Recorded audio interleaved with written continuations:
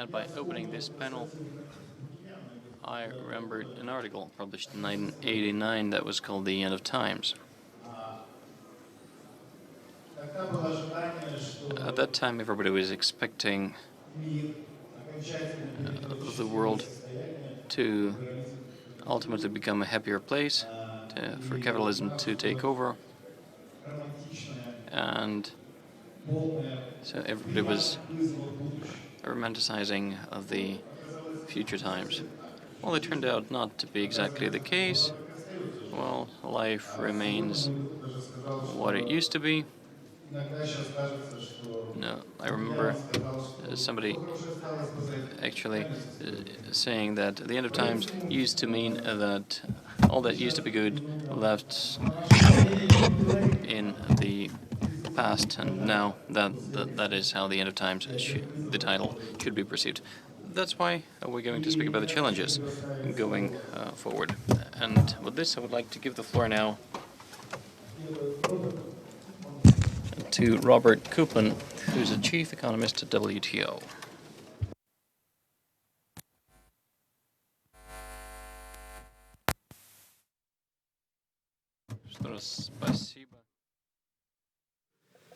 Some of the research and insights that we at the WTO have been working on for the past few years. I know there's a lot of angst and concern about what's happening currently in the global economy, and that concern, I think, is shared by many countries, not just economies in transition, but well-established, leading-edge market economies and also non-market economies are facing many challenges. So let's see if my slides come up. I see my slides in front of me, but I don't see them behind me. There we go. So I'm going to talk about economic nationalism, trade wars, and the impact on the global economy.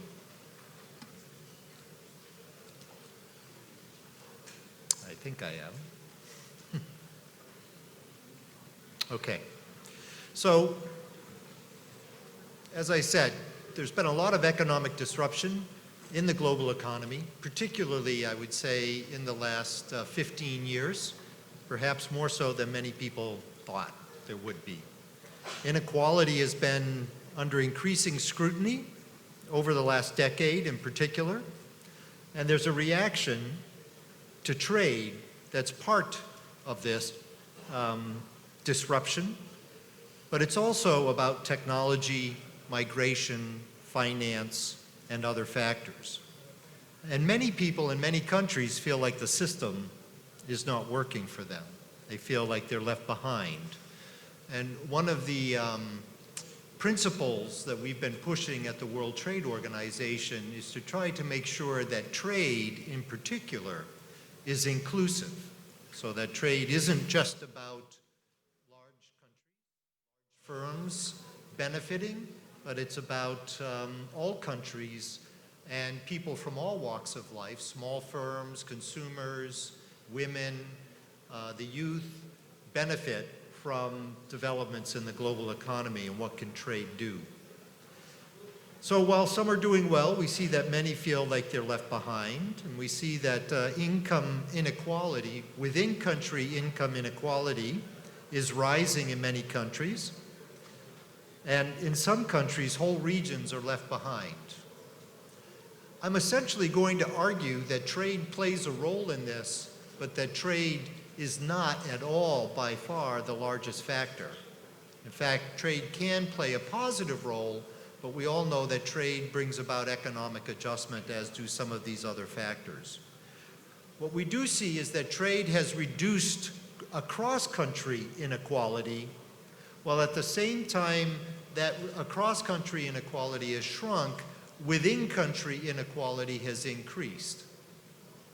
So what are some of the main forces? And I'm going to argue that technological change, particularly technical change that's biased towards a certain skill set, or also biased towards replacing routine behaviors, routine actions, are very big players in this growing inequality. Technological progress and process improvement, so it's not just about things like robotics, it's about finding other ways to do things better. It's often about eliminating steps from a production process. Not necessarily adding robotics, but just finding ways to reduce the number of steps and do things more efficiently. I'll talk a little bit about economic geography. It's very, very important. And if you pay attention to trade theory, one of the things you realize is that trade is just about microeconomics occurring across borders, but that the same forces that affect trade across borders also occurs behind borders and within a country. So we have these big economic geography effects. And the importance of changing economic and social institutions. These forces are very visibly playing out in trade and immigration, and there's a tendency to blame others. And one of the main points of my presentation is going to be that while you need a good international trade policy, you also need coherent and supporting domestic policies to help with adjustment. No matter what the forces of that adjustment, what are the forces causing the need for that adjustment, you need good policies for them. I went the wrong way. Okay. But first, the trade war. Many of you may be familiar with this that's playing out in the global economy. It's something that's taking up a lot of my time. I just returned from China, 2 trips to China here recently, where a big focus of that is the US-China trade discussion, the trade conflict that's going on. And I'm going to talk a little bit later about WTO reform, and I want to emphasize that the trade war is not just about the US and China. The trade war is about many countries feeling the need to update the rules of international commerce. And that discussion, updating those rules that were established many years ago under quite different technological and economic geography circumstances, is a very important debate, and Belarus can contribute to that debate. The costs of the trade war are not necessarily the immediate effects of the tariffs that we see being played out in the global economy, but the long-term effects of those tariffs on the accumulation of capital, the indirect effects of those tariffs on economic uncertainty and policy uncertainty that reduces investment, reduces the accumulation of the capital stock, and therefore reduces potential growth below what it otherwise would have been. And if you look on the left-hand side chart there, that's some work we've done at the World Trade Organization. The blue lines, if you can see them, show a projection of potential GDP in a high-growth scenario. That's the top blue line. The bottom blue line is the potential growth of trade between 2012 and 2026. The red line is a slow growth scenario. So we have potential GDP high growth, potential GDP slow growth. The green line is what's actually happened. So the blue line and red lines are from our economic model. The green line's what's actually happened. And we've had a very extended period of slow economic growth, and potential GDP has been unrealized. That means global capabilities, either through the accumulation of capital stock or the improved participation of labor, the improved quality of the labor force, has fallen below potential. When you fall below that potential, it is very hard to get that growth back. So there's many countries that need to undertake systemic reforms in order to get growth back on track.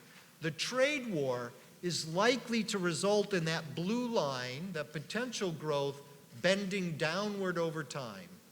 We're going to be forever foregoing growth that if we had done things better, we would have been able to achieve, and our people would have had better quality lives as a result.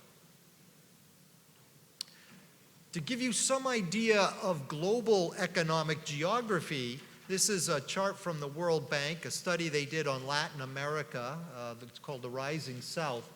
On the left is global trade relations in 1980. And you can see from this network graph that on the far right-hand side of this left-hand panel, those are the rich developed countries. There's about 10 or 12 rich developed countries that were systemically important for trade and determined largely what would happen to global trade growth. On the left-hand side is what the World Bank called the South, and that was developing countries. On the right-hand panel in 2014, you can see the whole distribution has shifted to the right. The South has become much more important when it comes to global trade. And on the right-hand, very right-hand side of that panel, the country that's furthest out there is China. The most systemically important trader is China. In 1980, China was here in the middle, or actually a little bit more towards the left. So there's been a dramatic change in the economic geography of trade. I would argue that this is part of the success of the GATT and the WTO. It has ensured, through creating a more level playing field, that more countries get to participate in global trade and benefit from economic growth. I have a limited amount of time, so I can't go through all of the factors that drove this economic growth, but trade was a critical part of it. Opening up markets and having access to demand in the rich countries, combined with increased capital flows, foreign direct investment, the exchange of technological know-how, the ways of doing things better, allowed developing countries to access the demand in rich countries and spur their own economic growth. So GDP growth has moved hand in hand with integration in the world economy. It is very difficult for economists like me to isolate the positive effects of trade in driving this economic growth because other things are going on. I mentioned foreign direct investment. I mentioned the exchange of know-how. The opening up is not just about the movement of goods and services, but it's also about access to better technology, better equipment, better know-how. And that doesn't necessarily show up in trade flows as much as it shows up in your production possibility frontier shifting out over time. One thing that economists have a much easier time demonstrating is that economies that are relatively closed to trade or have a lot of uncertainty around their trading environment grow more slowly. So that's the easy thing. The negative is the easier thing to find than the positive. But it's important, if you leave trade out, you're not going to grow as fast. You can see that the increase in openness is highly correlated with a decline in poverty. And many people think, well, that's just China. That's not the case at all. This is many, many countries that have increased their openness and had a dramatic decline in poverty. But at the subnational level, this is a map of Germany. This is some research by Jens Swedekum. What you see is that some regions in Germany have done well. Some regions in Germany have not done well. And part of that is the fact that some regions are highly import exposed and others are highly export oriented. That is not an argument for preventing trade, but it is an argument to have good domestic policies that ensure you are aware of the potential effects of trade on the regional distribution, sub-regional distribution of economic activity, and that you take proactive policies to help with that adjustment. Keeping in mind that trade, import exposure, is not the only thing that's affecting these kinds of regions. This is for the United States, a very similar story. Some parts of the United States that have been highly import exposed have not done very well. But the reason isn't just import exposure. A big part of the reason is the inability of workers to move from one part of the country to another part of the country, or for workers to change their skill sets to adapt to those parts of the economy that are growing fast. So if you have regions that are highly, are not very diversified. They're highly intensive in a particular industry. You need to pay attention to that and have a domestic economic development strategy that helps with your adjustment. And I would argue that the United States has not done very well in this period in helping with that domestic economic adjustment, and that's given a rise to significant populism in the United States, where people who have been adversely affected for various reasons, because trade is one factor driving this, there are many other factors that have been driving this, including technological change, changes in consumer preferences, many factors that drive it. So if you want to think about robotics, there's arguments out there that robots are to replace 20 million factory jobs by 2030. But the data suggests that there's some caution here. It's very hard for economists to basically say that robots are going to replace workers. Well, it's actually not hard to say that robots will replace some workers. But when a robot replaces some workers, what we've observed is that it then generates jobs for other workers. It's just that those jobs are often of a different skill set than the worker that's been replaced by the robot. That's a challenge. And by the way, when I say robot, it's also just software, and not just things like AI, artificial or augmented intelligence. It's just things like spreadsheets that can replace the demand for bookkeepers and accountants. Or, I don't know, when I make travel arrangements, I never call a travel agent. I always go online and use an online service. That's not really robotics. That's just smart software that's solving many problems. So in the United States in particular, if you look at $14 trillion of total consumption, 9.6 trillion was in services. I don't know the data for Belarus, but my guess is no matter what your current circumstances are, if you look 10 to 20 years out in the future, services is going to play an increasing role in your economy. And many of those services are going to be based on technology. And they're going to be doing things like serving healthcare, they're going to be increasing financial services, and lots of consumer services are going to play an increasing role. One of my colleagues at the Graduate Institute, Richard Baldwin, has written a book called Globotics Upheaval, and is arguing that those service sectors, which traditionally have been traded much less than manufactured goods because of technology, are likely to be increasingly tradable services across border. That provides opportunities for people in Belarus to provide services to countries outside, but it also means that there could be increasing competition in the domestic services market.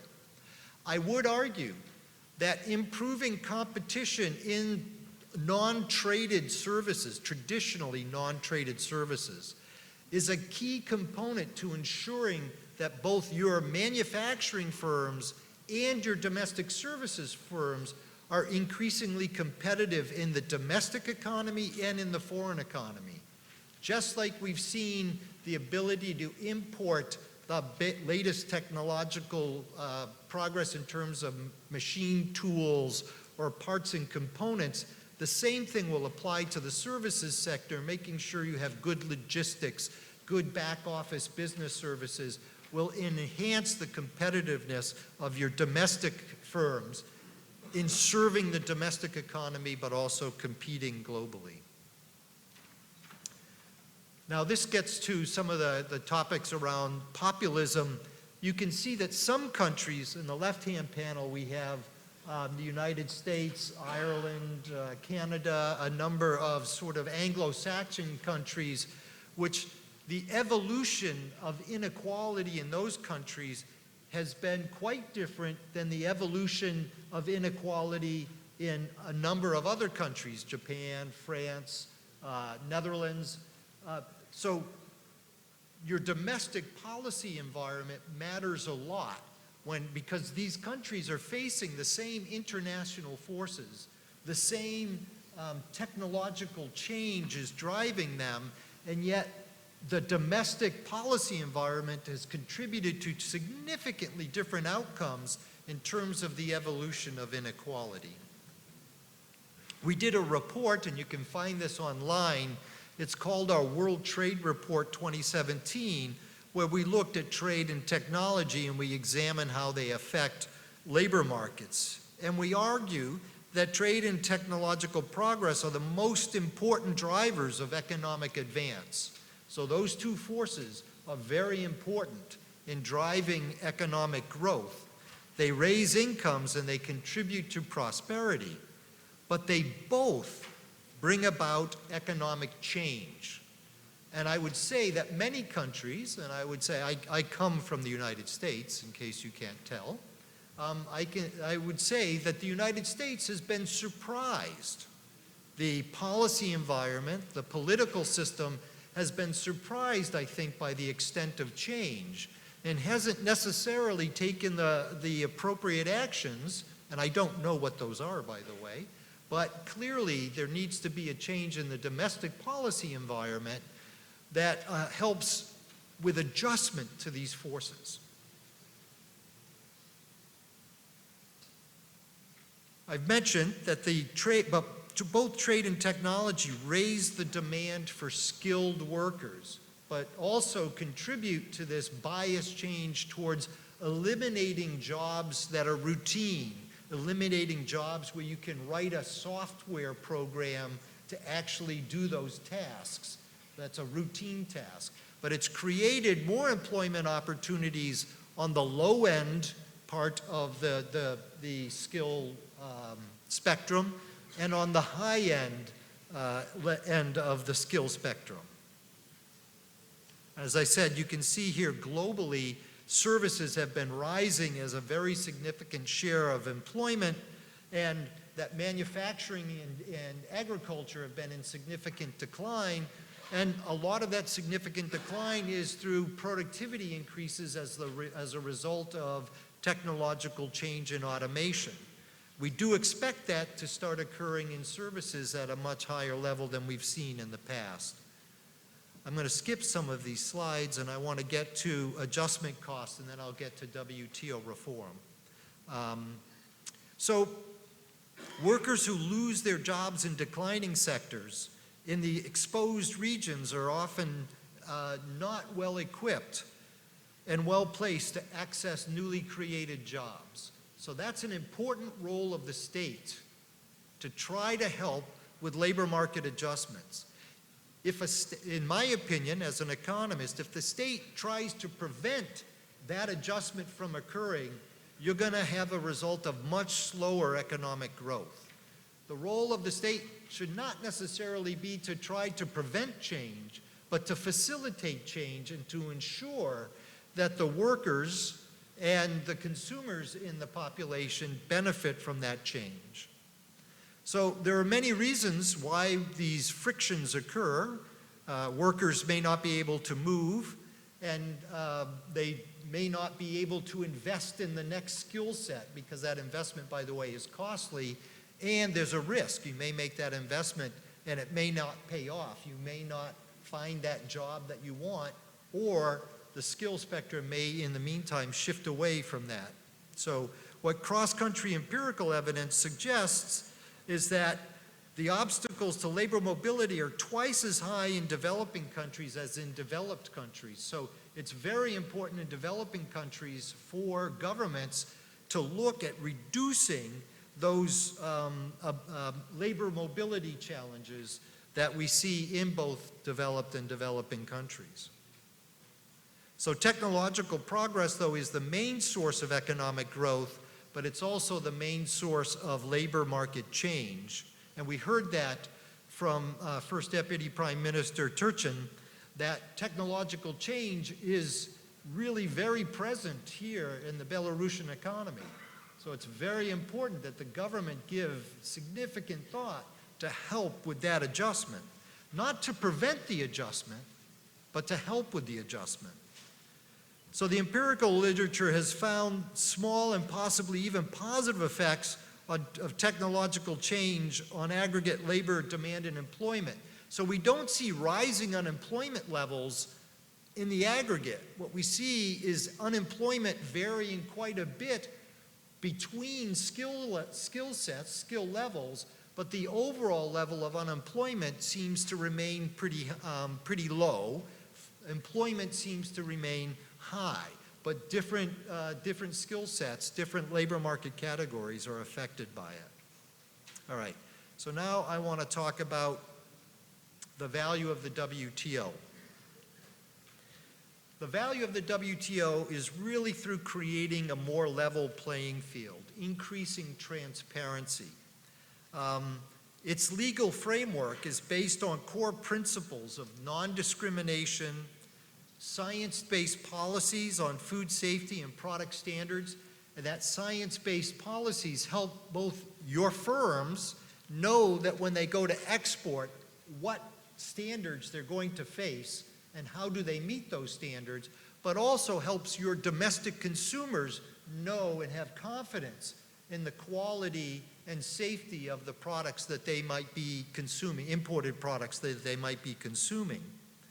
It also constrains the use of subsidies because subsidies can cause negative spillover effects and prevent change. Now, subsidies can be used to augment change too, but if that causes big spillovers in neighboring countries or even countries far away, those countries are going to possibly respond and make adjustment more difficult. Transparency is very important. Belarus is going through its accessions efforts right now, and a big part of that is meeting in Geneva and meeting in capitals to discuss with other WTO members exactly what is government policy and where are those government policies going. That transparency continues after you join. There's trade policy reviews. Every few years, countries engage with other members to discuss where their trade policies are. There are notification requirements so that everybody knows if there's been changes in policies, and they can then help their firms and their consumers understand that. And then, of course, there's the thing that the WTO is often known for, and that's tariff reductions, right? But the tariff reductions generally aren't about going to zero tariffs. They're about reducing tariffs and making those tariffs locked in and bound so that they can't be raised above a certain level. And that brings about certainty so that your firms that are exporting to other countries know what their trade policy environment is going to be when they export to those countries, both in terms of what the tariff might be and what the rules, technical barriers and sanitary, phytosanitary barriers might be. So we've seen that the WTO has reduced tariffs from about 50% to about 9% more recently. So the average global tariff is about 9%. And when you negotiate tariffs at the WTO, it isn't about all of them going to the same level. It's about countries making relative reciprocal obligations to reduce their tariffs to a reasonable amount.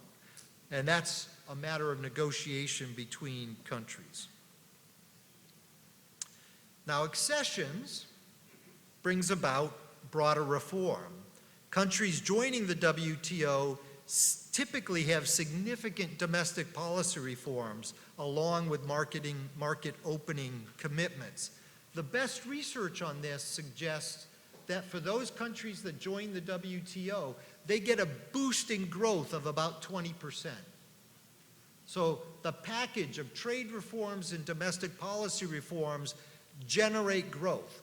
But that growth can be disruptive. Some sectors will benefit and some won't. And so you need to give careful thought as to what the domestic policy environment will be as you bring about those changes. And the IMF and the World Bank are very active in those policy discussions, and we try to coordinate across the Bretton Woods institutions on those kinds of challenges.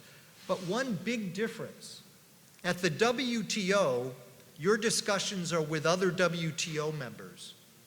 I'm a part of the Secretariat. What we do is facilitate those discussions, but we make no recommendations and we make no advice.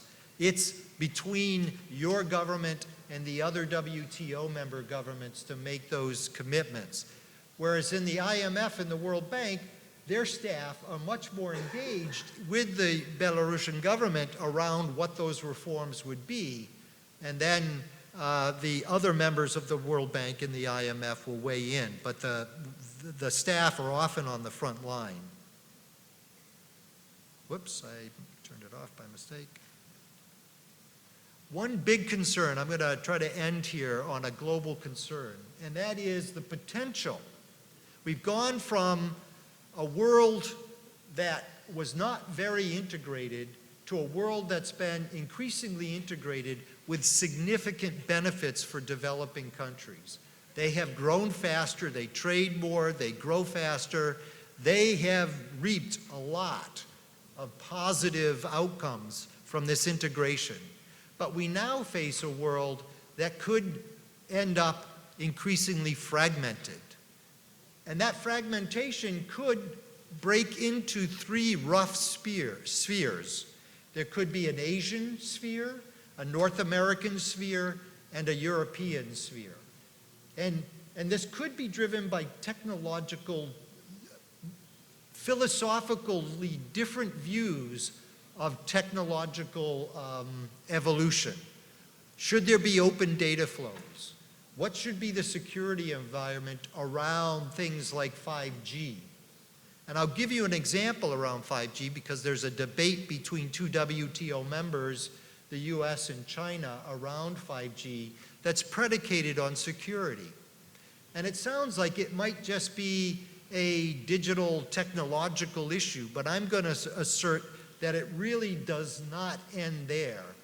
Because 5G is about the daily goods that you might use at home, a microwave, your heating system, your toaster oven, being connected to the internet. Those are all manufactured goods. If those manufactured goods have a 5G chip in that some countries think are a security concern, they will not be able to be exported to those countries. So what might look like just a digital or technological issue really feeds back into the manufacturing sector. And one of the things we've observed at global manufacturing has been increased economies of scale, falling average and marginal costs, which have made goods much cheaper than they otherwise would have been. If we fragment, we will lose those economies of scale and goods will become more expensive. So right now at the WTO, there's an extensive discussion around WTO reform. I want to mention that the WTO is an agreement that aims to balance the interests and commitments, the rights and obligations across a wide variety of countries. It is not what many people think as hard and fast contract law, okay? It is an agreement. And the agreement works if countries feel like there is this balance in the rights and obligations. And the global economic and policy dynamics are a challenge because the world has changed dramatically since the creation of the WTO. And the foundation of the WTO is a set of agreements, the GATT, that was established in the 1940s, late 1940s, and many of those principles were established around the turn of the century.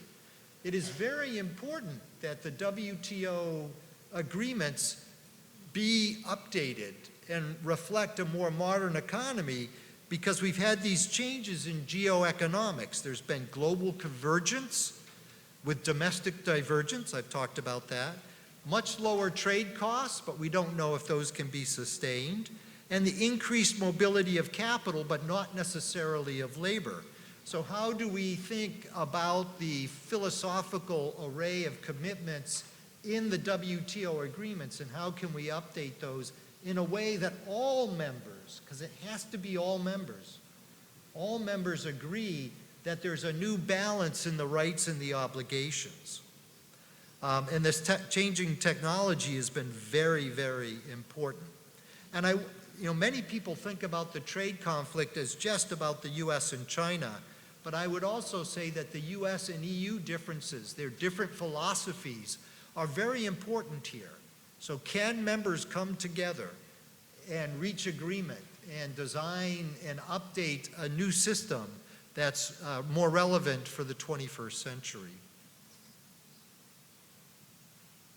So I would also argue that the WTO is a concept, right? I'm a member of the Secretariat, but it's a concept.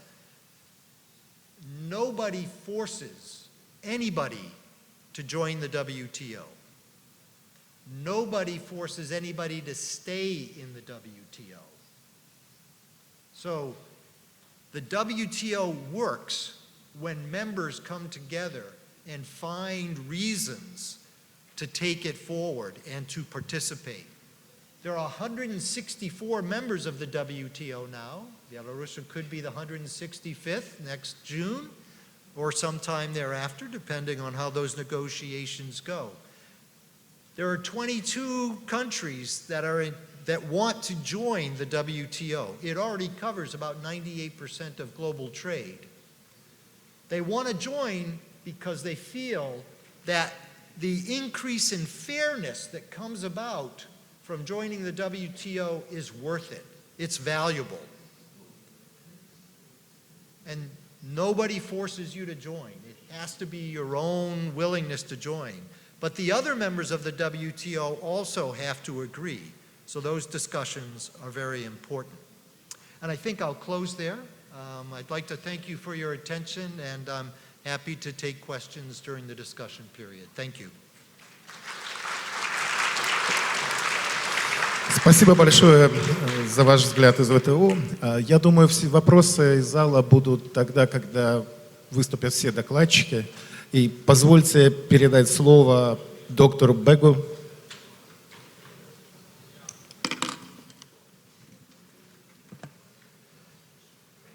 Добрый день, dzień dobry. That's my limit of either Belarus language or Russian. It's a very great pleasure to be here, my first visit to Minsk, and it's also a great pleasure to be talking about something different from Brexit. It's been my fate over the last 3 years to talk about almost nothing else. But what I want to discuss, given the challenge I had from Sasha to reconcile market and state, is something that has been very, very much in the discussions in the European Union, of which the UK is still a member just now, and that is the welfare state. Because the welfare state is very much at the interface between the market and the state, and that's why I think it becomes an interesting case study. Now, you probably know this lady I put on the screen here. She very often comes out with a statement that Europe has 7% of the world's population, nearly a quarter of its GDP, and around half of its welfare spending. Now, I should tell you immediately that all her numbers are wrong, but nevertheless, they're of the right order of magnitude. And the implication of this statement from Angela Merkel is that there are real challenges for the Europeans, because with such high spending on social protection, there is a risk that you erode your competitive position. Let's take this as a starting point for what I'm going to try to explain to you, because I think it's a far more subtle issue than just the cost of the welfare state. We can think maybe of three very distinct models. I'm referring to them here as a market approach, a family approach, and a government approach to what? To dealing with the risks that the welfare state addresses. And in this context, you can see that for the markets, it's the neoliberal approach. You've seen the liberal approach in some of the countries of Central and Eastern Europe that are now in the European Union, where it's been very much let the market take over. You've seen a conservative approach in some of the older welfare states in Northern Europe, but also the approach in Southern Europe, where there's a bigger reliance on the family to generate the support for those who require dealing with the risks. And for the Social Democrats, and maybe to some extent the old Soviet approach, was the government provides everything. I'll let you decide where Belarus stands in this kind of three-way approach at present, and you can come back to me on this. Let's also think about where well-being comes from. We always talk about GDP, but well-being is more than GDP.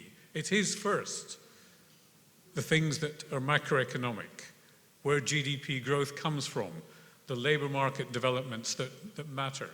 The exchange rate even can have an influence on this. But then you have what the state does for you. The state provides various forms of collective goods, infrastructure, railways, and so on, education, healthcare. These are all things the state does, and there are different configurations of such services and such provision by the state across the world. But a third influence is how society itself is changing. If you think of some of the things that have happened over 50 years, the growing position of women in the labor market, particularly in Western European countries, the equality in different dimensions, racial and other. These are things that influence change, and expectations of what society does for you also come into this. And in the light of these considerations, let me suggest to you what the welfare states aspire to do. Because what a welfare state does is not just protect those who are vulnerable. It comes, particularly in Western Europe, from what arose after the Second World War. Certainly there were welfare states before that, but the great development of the welfare state in Europe occurred after 1945. In some countries it was relatively quick, for example, UK, France. In some it took a longer time, Italy. Some are much more recent, such as the other southern European countries like Spain or Greece. And what you see here is an attempt to reconcile a capitalist approach with understandings of, let's say, social justice, as well as democratic control of our functions. That's quite a mouthful in one line. The welfare states, for the most part, do three very distinct things. The first is, after the famous English character, the Sheriff of Nottingham, Robin Hood, robbed the rich to give money to the poor. So this is the Robin Hood function of the welfare state. This is one which I think most people generally understand as what the welfare state does. But the second, to use a different expression, is the piggy bank. You put money into your piggy bank for later use. And what happens in many Western European countries is that this is organized through the state. You pay social contributions. These become, when you're elderly, your pension. They become, during your lifetime, the healthcare service. So this function is very distinct from the one which transfers resources from rich to poor. But a third one, which is increasingly dominant in many European countries, is an investment function. And I'll develop this a bit later by talking about social investment as the new paradigm which has been increasingly deployed at European level to try to explain what the welfare state does. In addition to all of these things, because the welfare state typically in Western Europe accounts for around a quarter of GDP, it has a very significant influence on macroeconomics. If there is a downturn in the economy, some welfare spending tends to rise, and that stabilizes the economy. It smooths recessions, the economic cycle. But in addition, what is sometimes left out of understanding of the welfare state in Europe is that it's also about the labor market. There are many aspects of the labour market, the regulation of the labour market, which influence how individuals relate to the state. For example, nearly every European country now has a minimum wage. Oddly, the exceptions are where you'd expect them to be most prominent, the Nordic countries. They rely instead on a labour market regulated by what's called, in European terms, the social partners, the unions and the employers, with the state on the sidelines of it. Labour standards also come into this notion of the labour dimension of welfare states. So you see here quite a complex picture of the interrelationship between the market and the state. Let me also point to how we look at income distribution. If you're economically active, or particularly if you're employed, your income or your household's income will be a combination of your income from employment, including self-employment, and your return on your investments. In some countries, to a limited extent, there may also be some top-up from social protection systems. For example, there are income tax credits for poor people in some European countries. But if you're not economically active, how do you survive? Well, the answer is a combination of support from other members of your family, income from the social protection system, and particularly for the elderly in Europe now, reliance on investments. And those investments can be mediated through the state, which is a pay-as-you-go social system, or through private pensions, which generate the money that you live on. So these are very distinct ways of looking at the two types of people in our society. In a typical society, half of the people are economically active and half are economically inactive because they're either retired or below the age of employment. The key message from this, someone pays. You can move to a fully private system of pensions, someone still pays. You need the rate of return on that, someone pays. So I stress this message. One concern implicit in Angela Merkel's 3 points is that somehow it costs us too much. Now let's examine how this might happen. You could say that if there are very strong institutional savings mediated through the public sector, that this detracts from what could be done by the private sector. It diminishes banks, insurance companies, the other providers in ways which could be bad for incentives. It may mean there's less money available for investment in productive assets and so on. And also, it has a political economy effect, which is that if you have an aging population, the grey voter will vote for more welfare because they're not paying for it. So it distorts between the generations. If you have redistribution, the Robin Hood function I mentioned earlier, you do get a concern that you diminish the incentives for people to work. If I say to you, you will be paid for by the state, why would you work? Well, the answer lies elsewhere in the sociology of work, but I think it's a significant question to ask. And then as a safety net, the welfare state does rescue people who are in difficulty, but if it does that, does it inhibit those who want to help themselves in a way which may diminish entrepreneurial activity? That is a further concern about this. And on the regulatory dimensions of the labour market, if you have too much regulation of the labour market, does that mean there's no flexibility? Does it have negative, distortive side effects? These are the kinds of questions that arise, as well as one in which says that sometimes there is one rule for insiders and another rule for outsiders, splitting society in a way which is counterproductive. So these are things that we do need to consider when talking about the future of welfare states.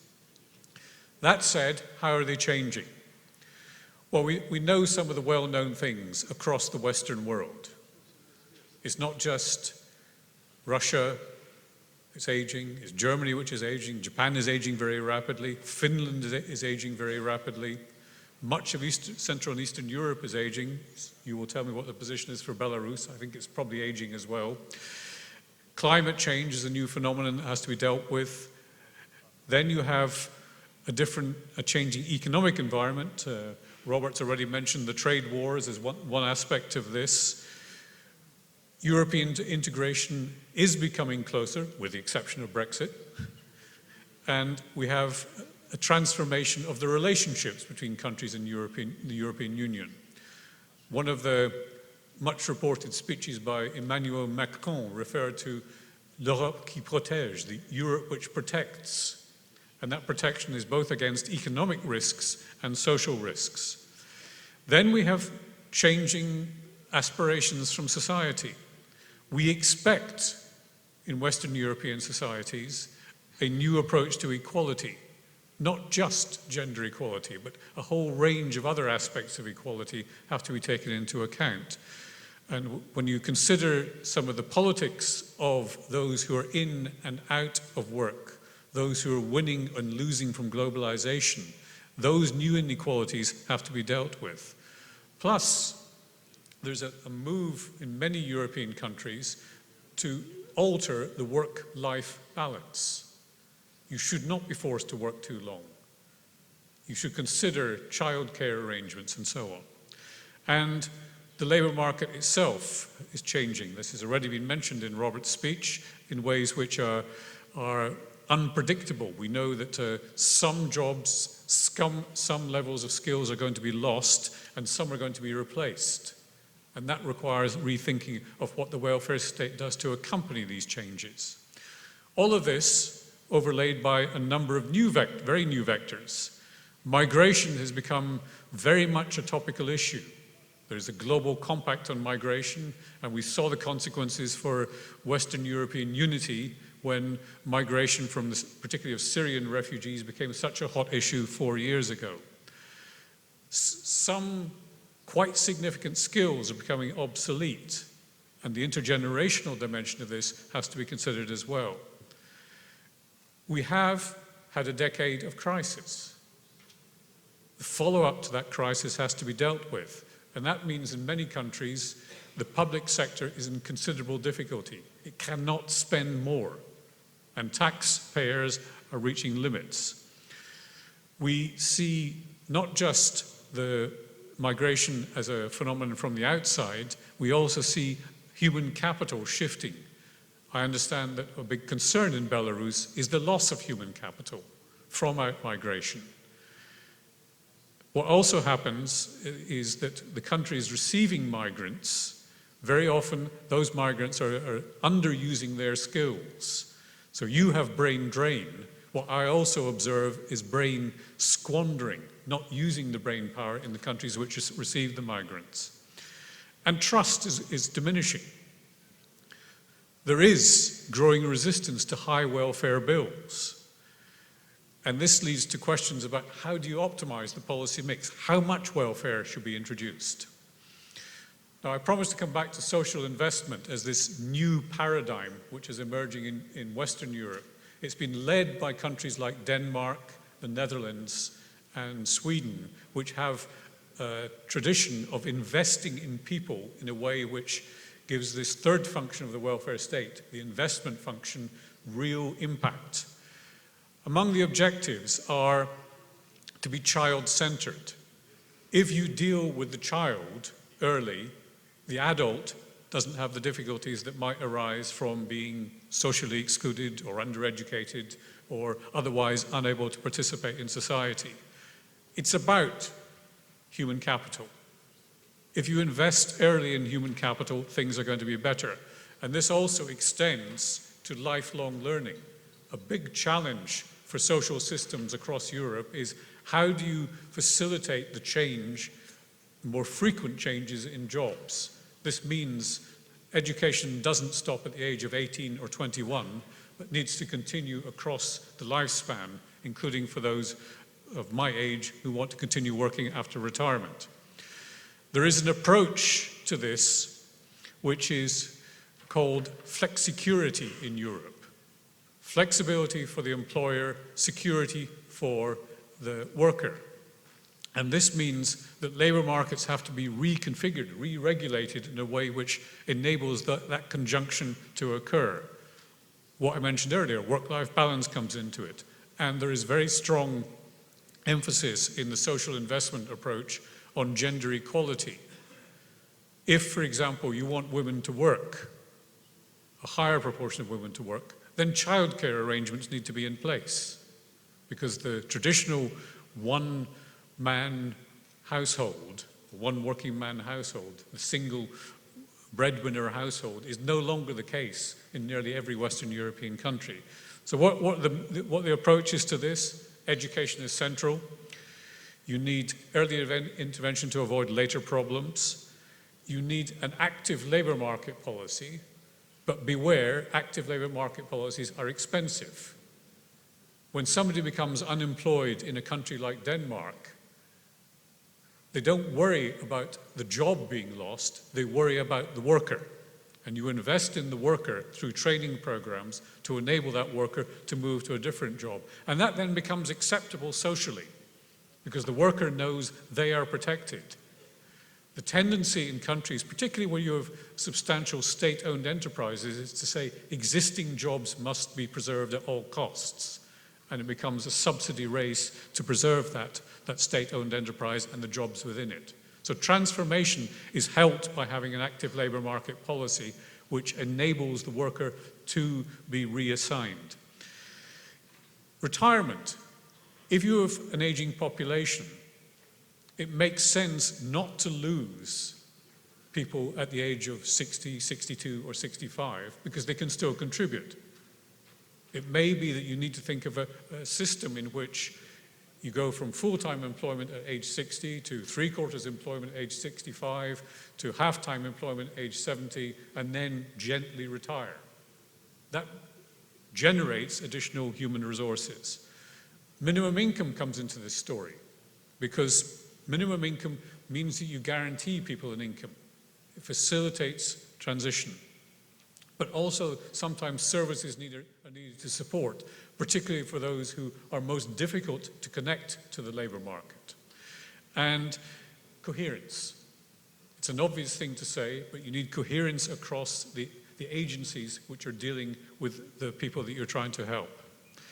So a number of dilemmas around the welfare state.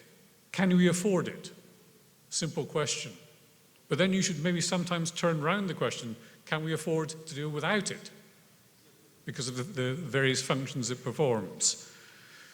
On something like healthcare or pensions, there are very hard choices to be made about how much and under what conditions. You need to be responsive to taxpayers saying enough and justify the case. What would you do if you had less of a welfare state? Well, the same risks would be there. Pensions or old age is a risk which pensions address. Sickness is a risk which healthcare systems address. You have to consider what the knock-on consequences would be of not having a socialized response, which may be more criminality. It may be requiring other agencies to deal with the problems that the welfare state addresses. And just think of one example, the cost of healthcare in the US. The US has a relatively small welfare state, but 18% of US GDP goes on healthcare, compared with a European average of about 9 or 10. And that healthcare cost, for the most part in the United States, falls on employers. The thing you look for if you're being employed by an American company is the healthcare plan. Now, what is different from that healthcare plan to a social charge in a European country which says you need to pay a social contribution for your health care? In fact, it's double that charge in the US. So if you look at private social spending, which sounds like a contradiction, you find that it equalizes among countries because those same risks are being dealt with. We need to be aware of all the new demands on the healthcare, on the welfare system, because we find it difficult sometimes to change. And this in turn means governance has to be optimized. Think of how the governance of a welfare state occurs. So let me conclude with my, if you like, limited 4 messages. It doesn't matter whether it's the market or the state, there is a demand for societal risks to be dealt with. And the choice between the market and the state should be a second-order question on this. There are substantial resources. I told you that in European countries it's 25% of GDP, but you need to consider what the alternative is. If the alternative is more expensive, then the welfare state is a bargain. We talk very much about the welfare state being equity and the market being efficiency. But I think that's a false dichotomy. There are aspects of efficiency and equity which go very much together. And the trick is to get the incentives right within this kind of system. And last, it's the means of delivery which we often focus on in the welfare state. That can sometimes be a false path, because you can deliver a particular service either through the market or through the state, and you should be looking for the efficiency within it. So let me finish with a quote from one of the founding members of the London School of Economics, the playwright George Bernard Shaw. I'll read this out for the translation. A government that robs Peter to pay Paul can always depend on the support of Paul. Thank you. Dziękuję. Спасибо. Спасибо большое. Общаясь с вами сегодня и со своими другими британскими друзьями и коллегами, чувствую, что Brexit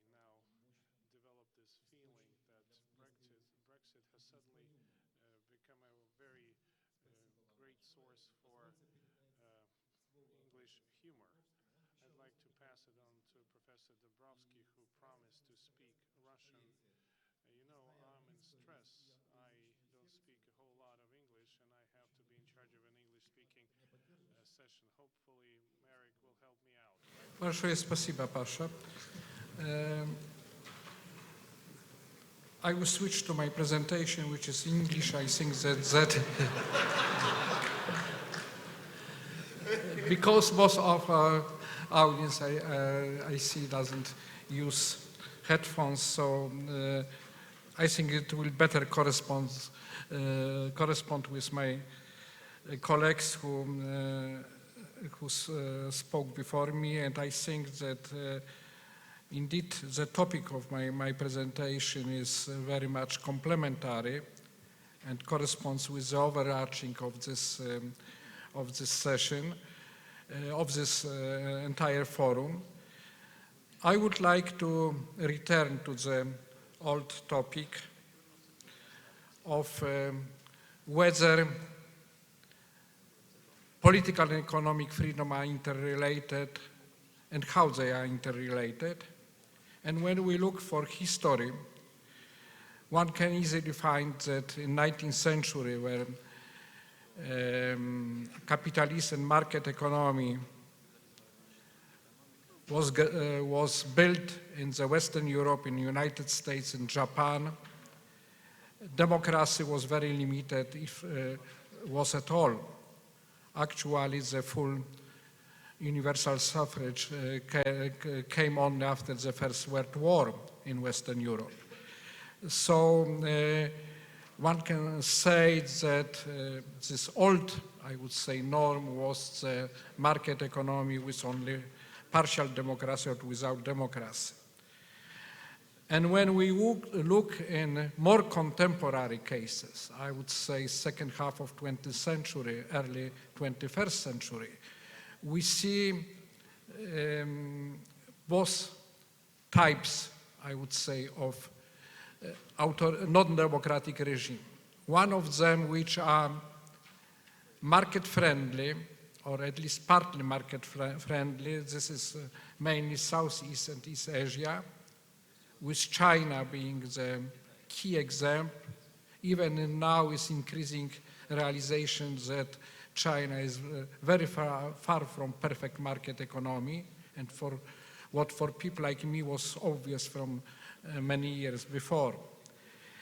And, but on the other hand, we have also plenty of examples of authoritarian regime in other parts of the world, in Latin America, in Africa, in Middle East, which are not market friendly, which are on the contrary, very populistic and very often leading to economic disaster.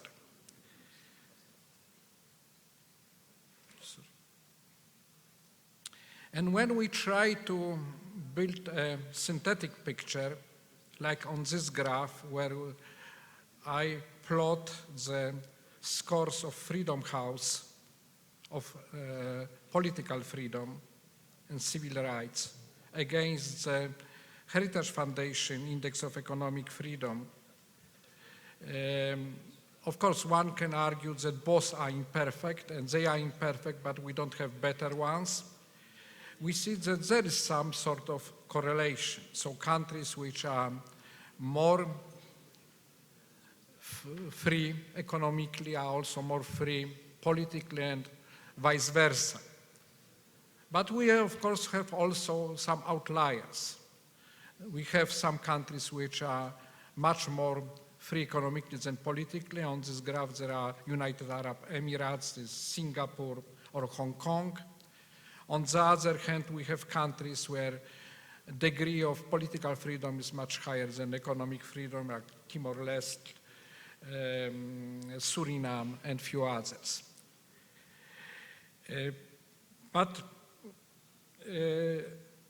And of course, there is question how this mutual dependence works. Its arguments why and how market can help democracy are well known from many scholars like Fukuyama, like Przeworski and others. First, it makes citizens independent economically from government, which is not the single owner and employer and cannot punish any citizens for her or his political position by, for example, putting it to economic vacuum. It limits power of government bureaucracy, and it helps in country external openness. This country is market-oriented, it trades, it must be also more politically open, other things being equal. Then market economy creates demand for rule of law. It helps to develop civil society organization, a broad mid-class, and culture of cooperation based on self-interest, which reinforces democracy. It also helps in economic development, which in turn creates demand for political freedom and democracy. Again, works of such scholars like Barrow, Lipset, Przeworski, Nimonji, Fukuyama, which econometrically demonstrates that there is more likely that high-income countries or upper middle-income countries will be more democratic than low-income countries, but with some remarkable exception, like, for example, oil producers, which can remain autocratic even in very high level of income per capita. But it's also important to look how democracy helps sustain market system. First, it builds a system of check and balances, like, for example, parliamentary or judicial control of executive. Increases transparency of government, constrains opportunity for rent-seeking and capturing the state institution by groups of interest, and gives chance for long-term guarantee and stability of property rights. Then, in democratic system, we have democratic rotation of political elites. Civil liberties support economic freedom, and democratic legitimacy of government helps in taking unpopular but sometimes badly needed economic decisions. What is experience of our region, of post-communist countries?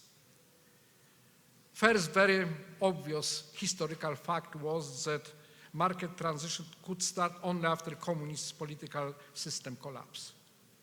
Before 1989, all attempts in any country of our region to reform economic system, even relatively ambitious, they collapsed because of the very logic of political system who wanted to retain control over society life. In early transition period, I would say 1990s, authoritarianism strengthened the role of former elites like Communist Party nomenclature, army, security service, old-style administration, and old group of interests like so-called directors.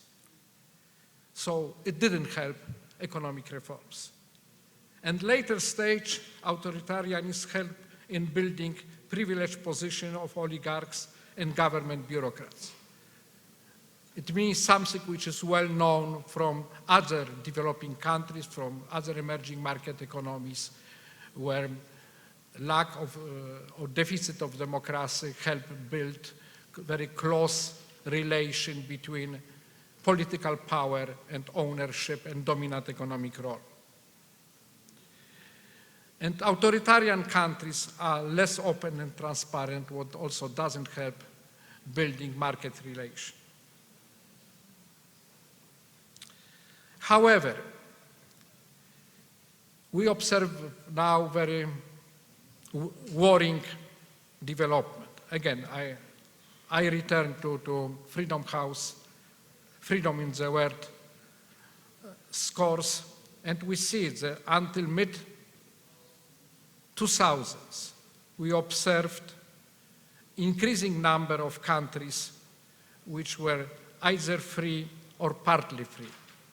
But then the trend was reversed. And when we look on more detailed scores, also Freedom House scores in our region, we see that situation is even more worrying. Year by year, all characteristics gradually deteriorate. And it goes through all sub-regions. EU membership doesn't help, EU candidate status doesn't help, and situation is even worse in former Soviet Union. And this concerns all components of the score, meaning electoral process, national democratic governance, local democratic governance, media, corruption, etc. And when we look in individual cases, since the very beginning of transition, we also see number of authoritarian reversals, and in all cases, it negatively influence the course of economic reforms. Turkmenistan and Uzbekistan never reformed political systems, and they became largely non-market. In other countries, like Belarus now after 1996, Slovakia, fortunately in short period of Mečiar regime, 1994-1998, Russia after 2003, Macedonia also temporarily in early 2000, Turkey the entire decade, Ukraine in Yanukovych era, Hungary after 2010, Poland after 2015. I can also add China, which was never democratic, but under the current leadership, it eliminated remaining check and balances. And it doesn't also help economic reform. In all these cases, sooner or later, authoritarian drift led to more distortion in economy, to less competitiveness, more corruption, more clientelism, etc.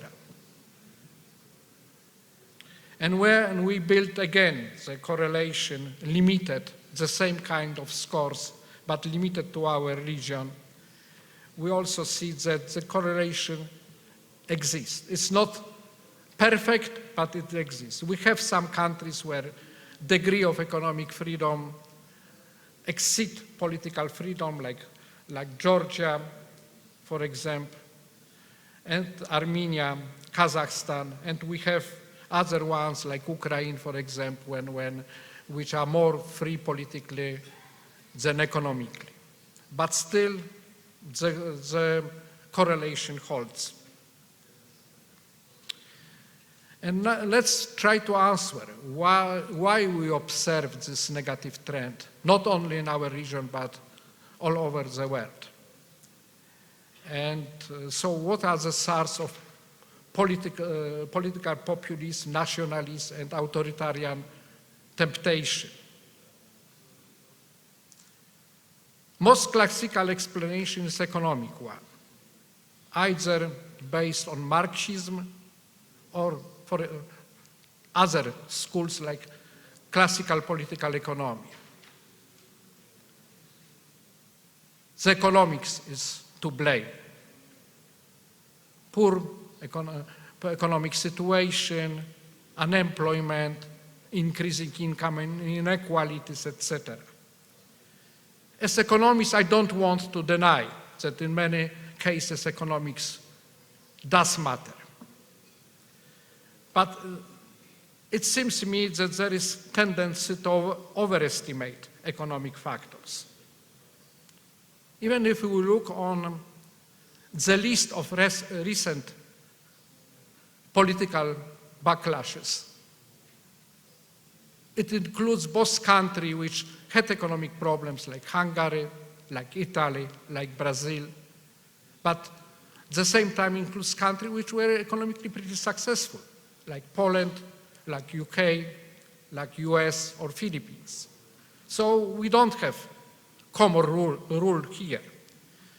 So it should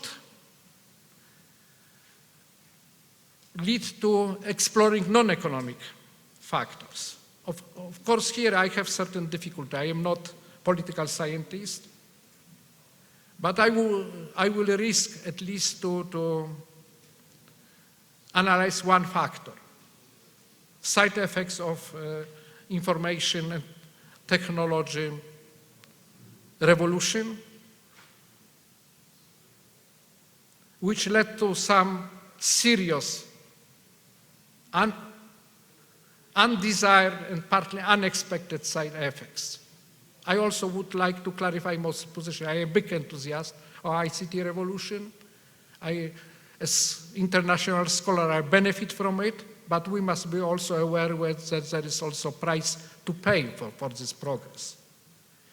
One, I think, of negative side effects is disappearance of traditional media, tabloidization of remaining media and political debate, dramatic shortening of political horizon. Decade or 2 decades ago, the classical literature on political business cycle like Alessina or Drazen, they assumed that political cycle is 4 or 5 years between one election and another election. Now when we observe policies, whether there are democratic governments or authoritarian governments, this is at the best 1 month between one opinion polls and another, and sometimes every day between one President Trump tweet and next tweet. So this is fundamental change. And the question is whether in such environment we can solve any really long-term problem like climate change, population aging, proper management of technological progress and the social consequences. This is also very easy to focus on national agenda. It's very few remaining media who try to illustrate international situation and deliver international news.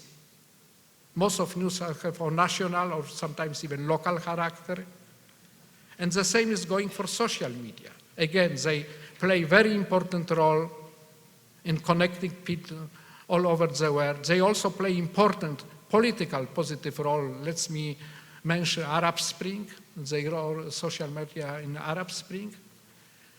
But then also social media are very convenient instrument to manipulate public opinion, to build hate politics, to build xenophobia, racism, misogyny, and other things, and deliver very simplified message. So we must be aware of this kind of risk and think how address them, how to mitigate the negative role. And what are the conclusion of my presentation? First is that even if this is not perfect interrelation, still political and economic freedom are interrelated. Second, illiberal democracy, the term coined by Viktor Orban, inevitably leads to authoritarianism because it eliminates important systemic check and balances and limits rule of law. Then authoritarian drift inevitably leads to more government dirigism. Even those leaders who portray themselves as liberal, free market, they inevitably to move toward dirigism because this is the very logic of the system. You must control everything. Otherwise, you risk losing power. And of course, more dirigism means more economic distortion, which in turn will undermine economic growth in medium to long term. And we observe declining economic growth in many regions and countries. Then protectionist, nationalist, and confrontational foreign policy of many countries will also undermine long-term growth prospects. This is not only trade wars, these are, for example, now very popular investment screening. We don't want to have Chinese investment, we don't want to have American investment, and this game can be, replicate everywhere with the similar arguments. It's very easy to build fear of enemy. It's very difficult to eliminate, but very, very easy to rise this kind of feelings. Then finally, populism has both economic and non-economic roots.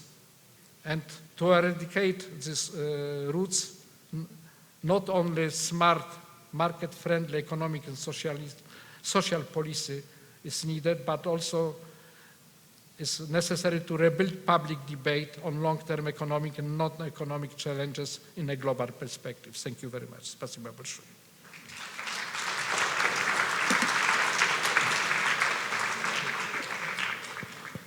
Спасибо большое, Марek. Я, слушая твое выступление, вспомнил еще... And then I thought about Samuel Huntington article about the clash of civilization. He basically said if there are no ideological reasons for a conflict, there will be other reasons for a conflict. The outbreak of authoritarianism is walking together with nationalism, is marching together with inter-ethnic conflicts. I may be wrong, hopefully I'm wrong. Ladies and gentlemen, we have some time for questions. I remember some of the previous conferences. Sometimes people start making comments instead of making questions. I agree there must be a lot of very knowledgeable people who can produce very good comments, but we have a different task now. Please ask questions only for the speakers and don't make any comments. First question.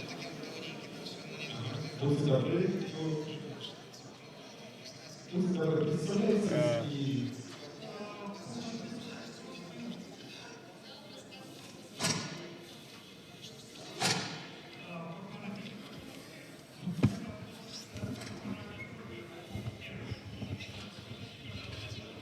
question is inaudible.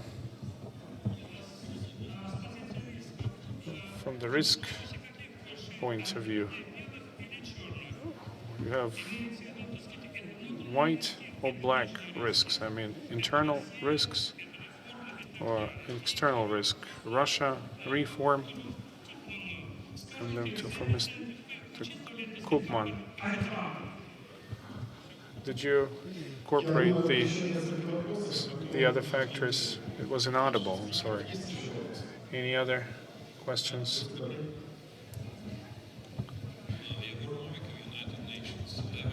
Я вопрос имею профессору Бегу. И какая-нибудь успешная практика вам известна в системе соцобеспечения, когда решаются вопросы уязвимости, прежде всего, и решение именно вопросов, а не конкретных вопросов слоев каких-то населения.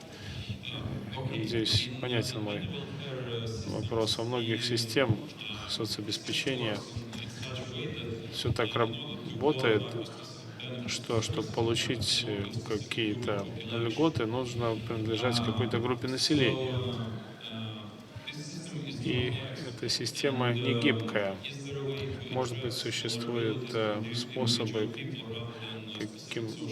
благодаря которым можно, собственно, заниматься уязвимостями, а не конкретными группами населения. One more question, please. Yes, please.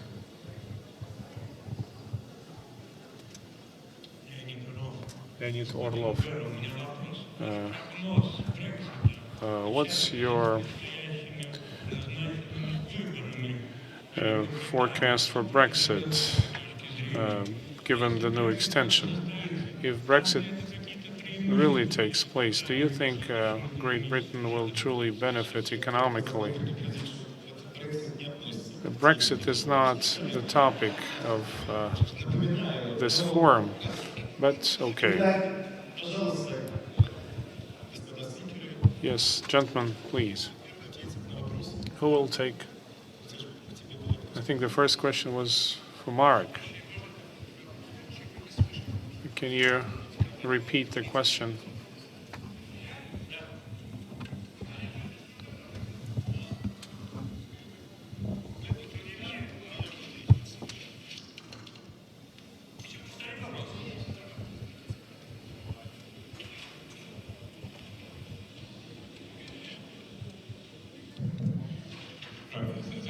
Спасибо за вопросы. Я постараюсь ответить на два. По Брекситу я не буду особенно много говорить. On the question of social groups as opposed to individuals, what you do see in a number of countries is a move towards the individualization of the support package. Funnily enough, we think of the UK as not having a very strong welfare state system, but in fact it is. It's more or less on the European average. And a trend over the last 20 years has been to have individual packages, particularly for those who are unemployed. You become unemployed in the UK, you are required to attend an interview with the local administration of the employment service. And that employment service will try to create incentives for you to find a job or to go on a training program that facilitates getting the job. And this is very much in the tradition of the Nordic countries, which individualize the approach to this. They don't say, these are all the people who be made unemployed by a state closure or a factory closure. They don't say, these are all people who used to be drunks. They don't say they have one leg. They take the individual circumstances and try to combine employment support with maybe some other things like housing support, which is often a major obstacle to relocation. So yes, there are good examples of this, and there's plenty of literature that's available to see how it applies. I'll venture, because I'm here as a guest of the British Embassy partly, I have to be very careful what I say about Brexit. They don't trust me. On Brexit, most of the economic analyses say that the greater the distance between the UK and the European Union, the bigger the economic cost. Let me explain, though, what economic cost is in this context. It's comparing what would happen if Britain remained in the European Union with a scenario under which it leaves and has either a relationship like Norway, one like Canada with its Canada-Europe deal, or one like a third country which is basically trading on standard World Trade Organization rules. If you compare over 15 years using scenario models, you find that Britain might have grown over 15 years by, let's say, 1.5% to 2% per year, which would be 20 to 30%. You would lose 2 to 3% of that 20 or 30 if you go to the Norway model. You would lose 5% with the Canada model and lose 8% if you go to the standard WTO model. Now that still means the British economy grows, it just grows more slowly. One of the big challenges in this is that a lot of the trade modeling doesn't sufficiently take account of a phenomenon that is very, very prominent now in much of international trade, which is inside company trade. The networks of companies that trade with each other. It's very much like a hub and a spoke arrangement. Germany is a big hub for the automobile industry. A BMW that comes out of Bavaria is made of components that will have crossed the border 10 or 12 times in the process of manufacturing that car. And if you create barriers between a country and the hub, you lose the possibility, or you reduce the possibility of having those subcontracting relationships. That is the big threat to the British economy.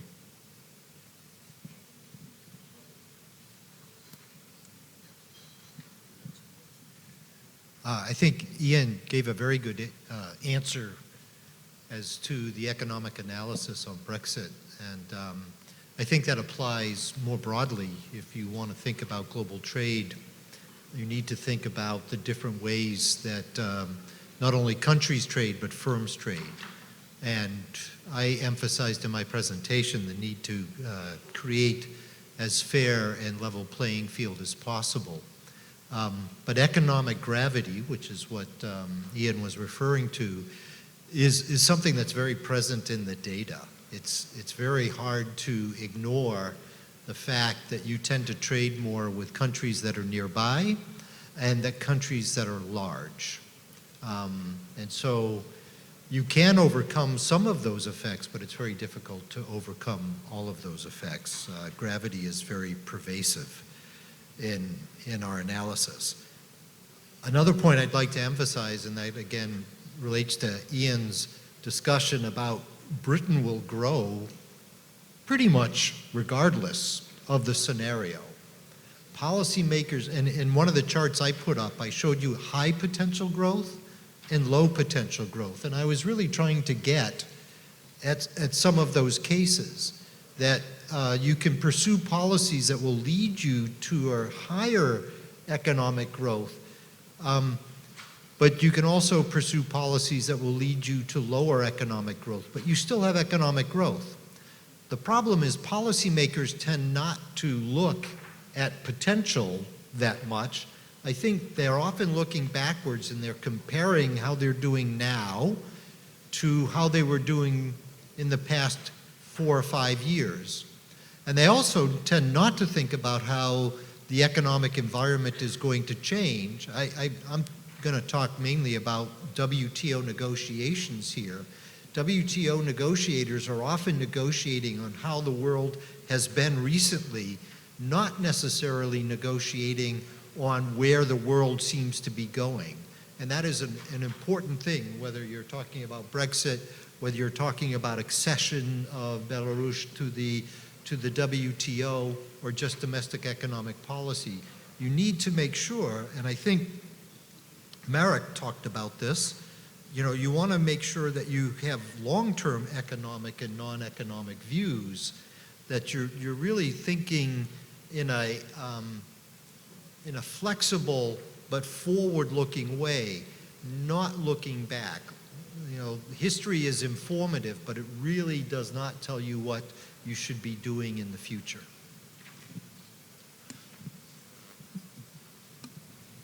Спасибо. Есть еще вопросы в зале? Будьте добры, вот. Please.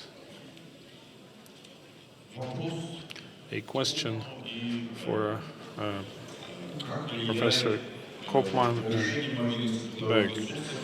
How does the better labor mobility affect the different sectors of economy and types of market in modern conditions? Okay, let's just take one question. So the question for both of you about the labor mobility in modern conditions. Честно говоря, здесь экономистам нужно... Some of these labor market transition policies. In the United States, there's a policy called trade adjustment assistance, which in and of itself is viewed as a reasonable policy for those, the way it's designed, and this probably gets maybe the question from the UN representative. That policy is aimed very specifically at workers who have lost their job as a result of import competition. But it doesn't work very well for workers who are indirectly affected by those industries declining as a result of import competition. So let's take the example of a textile firm. It closes down because of textile imports, but the local businesses that supplied that textile firm, or the businesses that supplied services to the workers of those textile firms, are also adversely affected, but trade adjustment assistance doesn't apply to them. So you want a policy, a labor market policy that will help not just the directly affected, but the indirectly affected. And I would argue it shouldn't be just about trade, it should also be about technology, and it should also be forward-looking. It should be trying to make sure that those workers have the skill sets that are growing in demand as opposed to declining in demand. But if you're a later stage worker, that adjustment is very difficult. It's very difficult to take somebody in their 60s who's been working as a machine mechanic in a manufacturing plant and ask them to become, say, an X-ray technician or a massage therapist, which is one of those areas that's growing in demand. And that's where Ian's discussion may be about phasing in retirement and allowing workers to make an adjustment without necessarily undertaking a major transformation in their skill set would be likely. I would like to make one last point. I started my career as a Soviet specialist, right? So I wrote my dissertation on the Soviet economy in Central and Eastern Europe. I also learned Russian. I don't know very much Russian now because I haven't used it for many years, and I don't work on the region very much. I've made a transition in applying a different set of skills, even though I made a significant investment to become such an expert. I've had to make a transition also. Labor mobility is a huge political economy issue which has conflicting trends within it. At global level, there's an enormous competition for the best brains. You find, for example, India is creating something of the order of 500,000 engineers and IT specialists every year, and they are being sought everywhere because they are highly skilled. At the other end of the spectrum, in any society, there's a high proportion of jobs of relatively low skill which are completely avoid any threat from mobility. You would not go to China to get yourself a haircut. Your haircut is always local. your healthcare service is nearly always local. Some elements of healthcare may be internationalized through diagnostics and interpretation of x-rays and that sort of thing, but for the most part it's local. And it's the position in the middle where there is a big concern about skills, because some skills are going to be deeply vulnerable. You mentioned earlier the book by Richard Baldwin on globotics. He identifies a huge area of skills which could become obsolete within 10 years in Western economies because they transfer through ICT to countries like India. Then there's a quite separate question of labour mobility, which is resistance to migration. I said that many countries are keen to attract high-skilled migrants, but they also want to put a deter to stop low-skilled migrants coming in. The economic migrants crossing the Mediterranean or coming through the eastern Turkish route, or even through Russia now into Norway. These are all migrants who European countries resist. So we have a combination of effects here. And one of the puzzles about this is that if you look at the economic analysis, they nearly always say to you, migrants coming into your economy are good for you. They boost your activity. They fill job vacancies. And yet at local level, the tendency is nearly always to say, migrants are taking my house, they're competing for my job, they're taking the available doctor's appointments, we should resist them. And reconciling these two views of migration is something I think politics has to wake up to. Еще вопросы? А вот там, пожалуйста.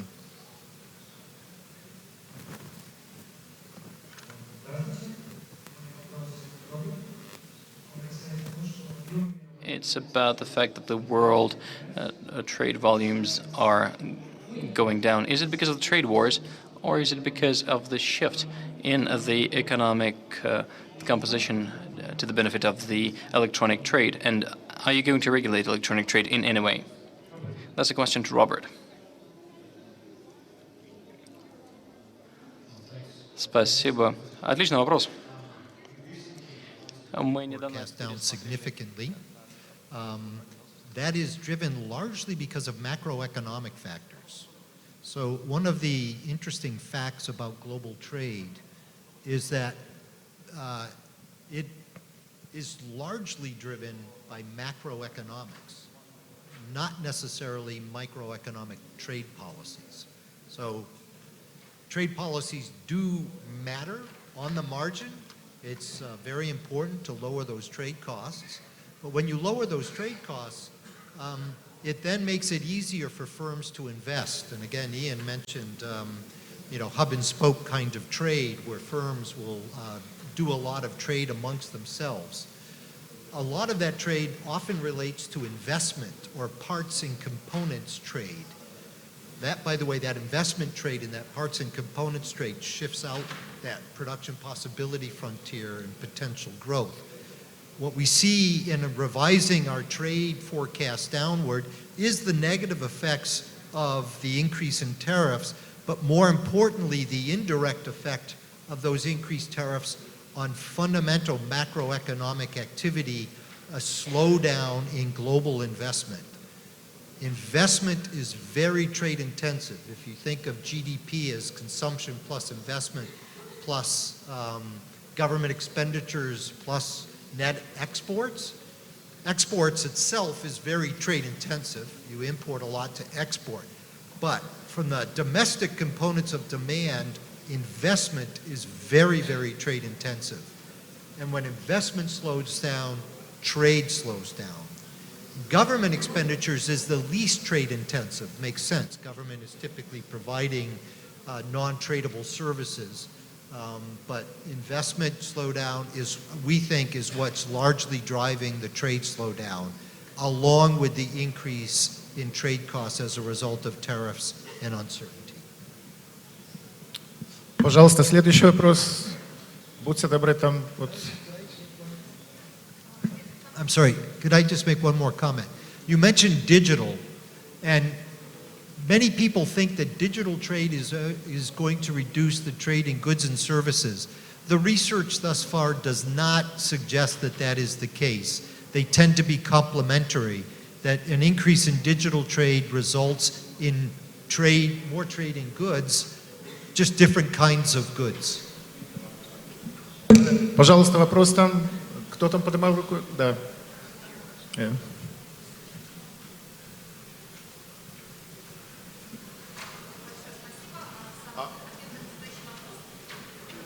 Хорошо. Хорошо. Чем опасно замедление, чем опасно замедление роста мировой торговли в данный момент? И второй вопрос, насколько возможно вступление во Всемирную торговую организацию Беларуси? Is Belarus actually likely to make it to WTO next year? And what are the benefits of the membership for Belarus and both for WTO? So that's the question to Mr. Gutman.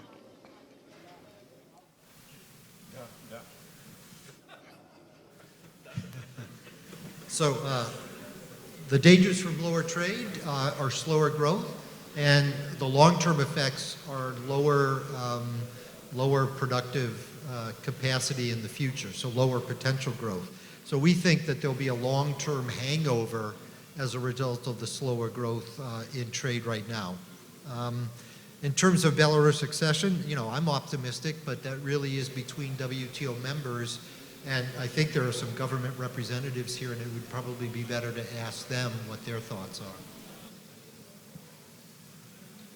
Спасибо. Наконец, я вот надеюсь, там рука. Thank you. I hope that you'll make it over there. A question to all the panelists. What do you think? A low sovereign rating of Belarus, is it a matter of policy or is it a result of the economic development? So is it a result of economic development or is it political?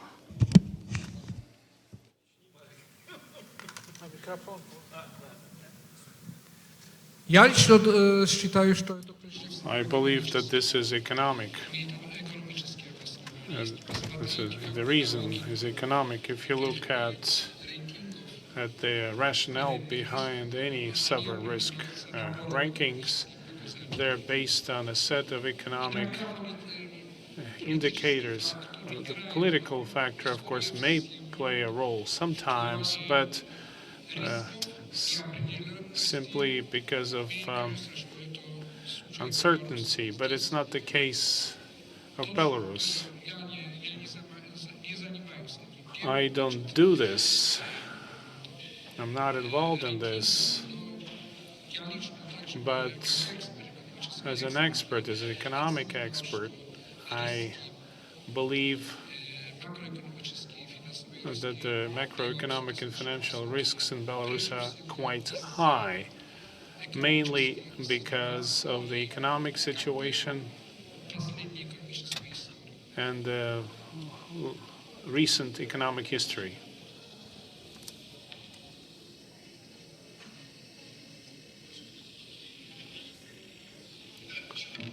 Any other questions?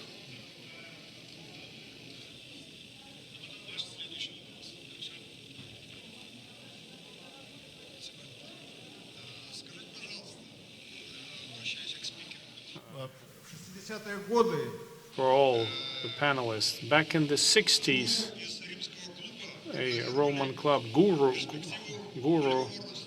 forecasted zero growth. Perhaps we're currently approaching this zero growth now. So perhaps we are somewhere now where very fast consumption growth is no longer a possibility. Perhaps we should not blame Trump of protectionism. He perhaps simply behaves as a businessman. Back in the 60s, he and other businessmen outsourced huge, a lot of things. They actually generated the South Asian tigers, and then later they just pulling back the production, pulling back whatever they outsourced back then. If this is an objective process, then perhaps we need to work with the public. Can you state a question, because your comment? I'm losing train of your thought. I'm losing the train of my thought also. I can see that. Yes. So the question is, do you think that's the trend? If there's a trend, it's a trend. So why you're asking if that's a trend? Are we all realizing this trend? Is the world economic elite understand this trend? Well, thank you. It would be very hard to answer that question. Let's take the next one, please.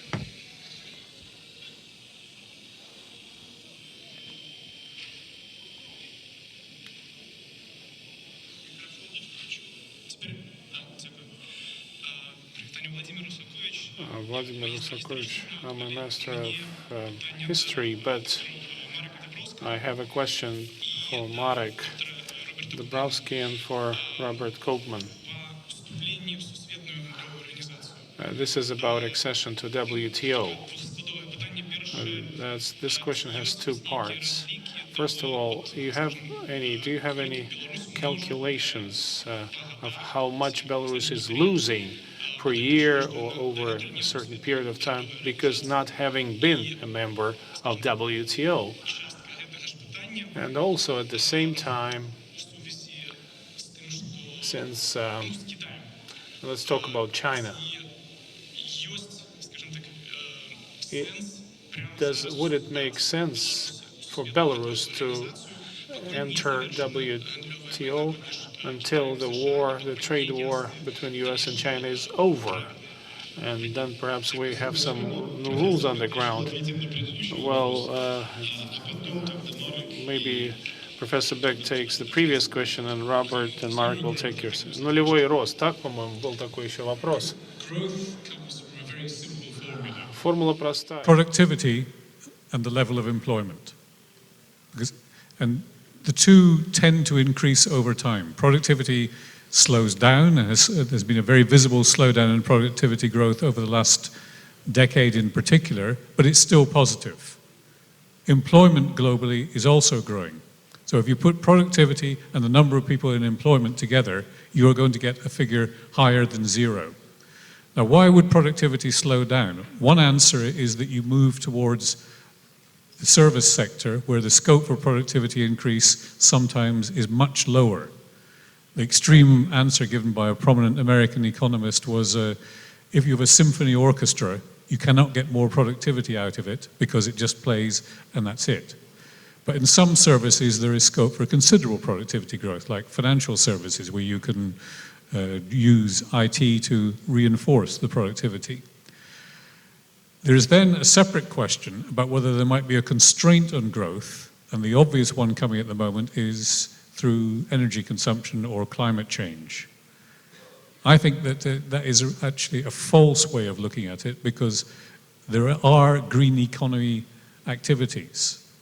You can use it in building. You can find new forms of electricity generation which create activity and employment.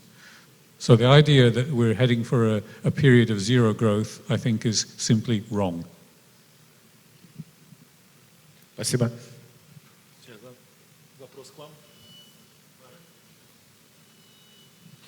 No ja mogę odpowiedzieć na wasz вопрос. I can take your question about Belarus entering WTO. It should have entered WTO a long time ago. It's one of the very few countries of ex-USSR who hasn't done this. And if you look at the list of countries outside WTO, that's a very short list. And I believe that the decision of accessing WTO has nothing to do with the Chinese-American trade war.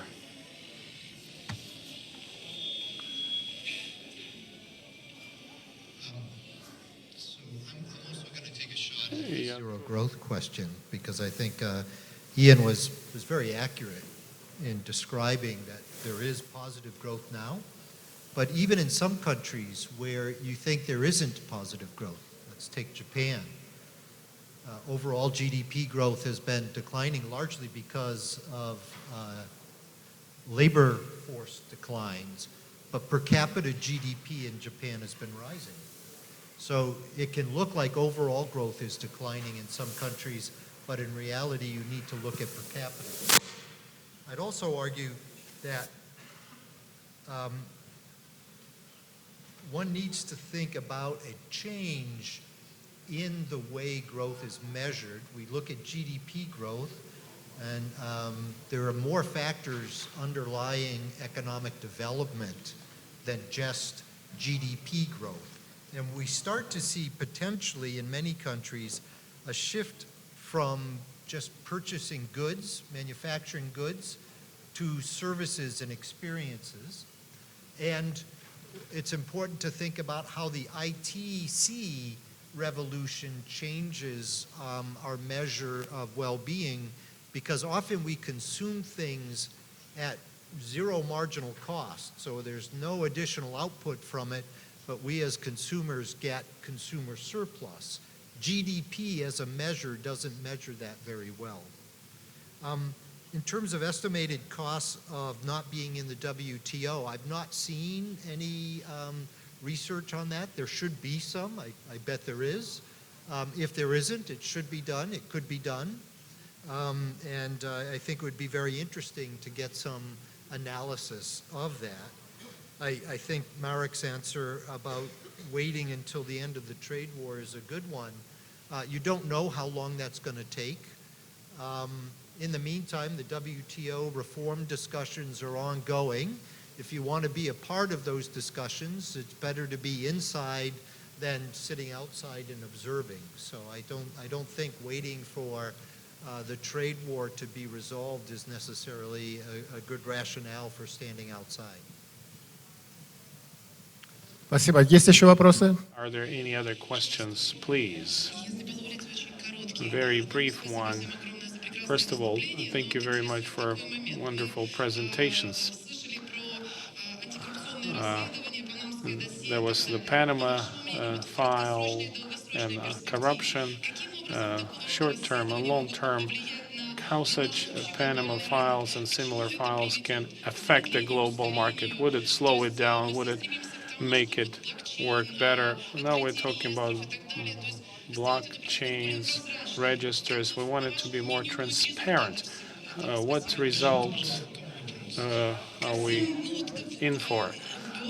That's a question for... Can you give a very short answer, possibly a positive one, to my question?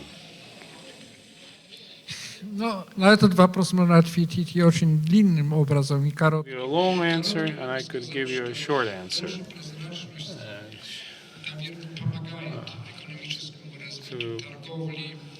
More transparency, of course, helps markets and helps trade. And I think we need cooperation of all the countries which are participating in the trade to ensure a minimum level of law enforcement in the sphere of tax evasion, money laundering, and similar spheres.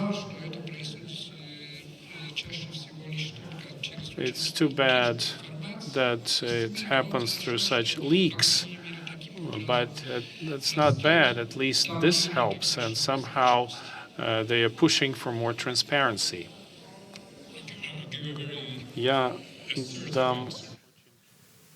Tax evasion damages economic performance. Corruption damages economic performance. So I think it's very clear that the things you're talking about revealed by the Panama Papers are forms of rent-seeking by leaders or by prominent people which damage ordinary people. Yeah, the emphasis on transparency is very important. If you're not aware, there is a very deep debate at the OECD around tax reform. that aims at trying to increase transparency there, but also to try to limit the ability of firms and individuals to shift money around in unproductive ways. And that's a debate that we're following at the WTO very closely, because we want to make sure that trade rules are also coherent with any tax rules.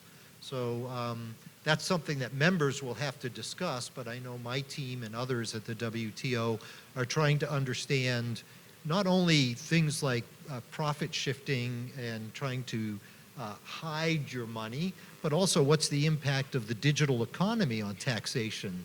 These are big changes that are occurring where rules need to be updated, very similar to the fact that the WTO rules would benefit from updating. We see that tax rules and other kinds of rules also need to be updated. Дамы и господа, осталось время на последний вопрос. We have time for one last question. Anybody willing to ask this question? Okay, we are right on the money. Let's thank our speakers. And I expected that there won't be a lot of questions for Mark. I think some people will find him during the coffee breaks. Please come back in 1 hour.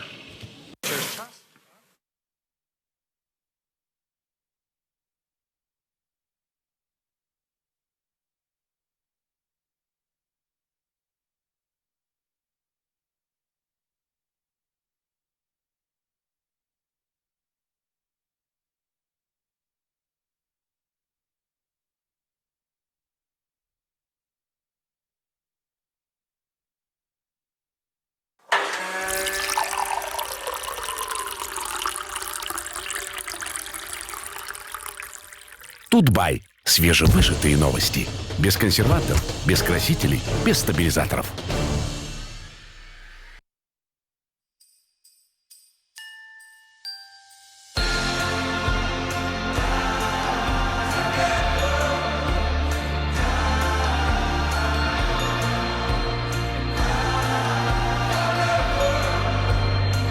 Беларусьбанк. Вместе победим!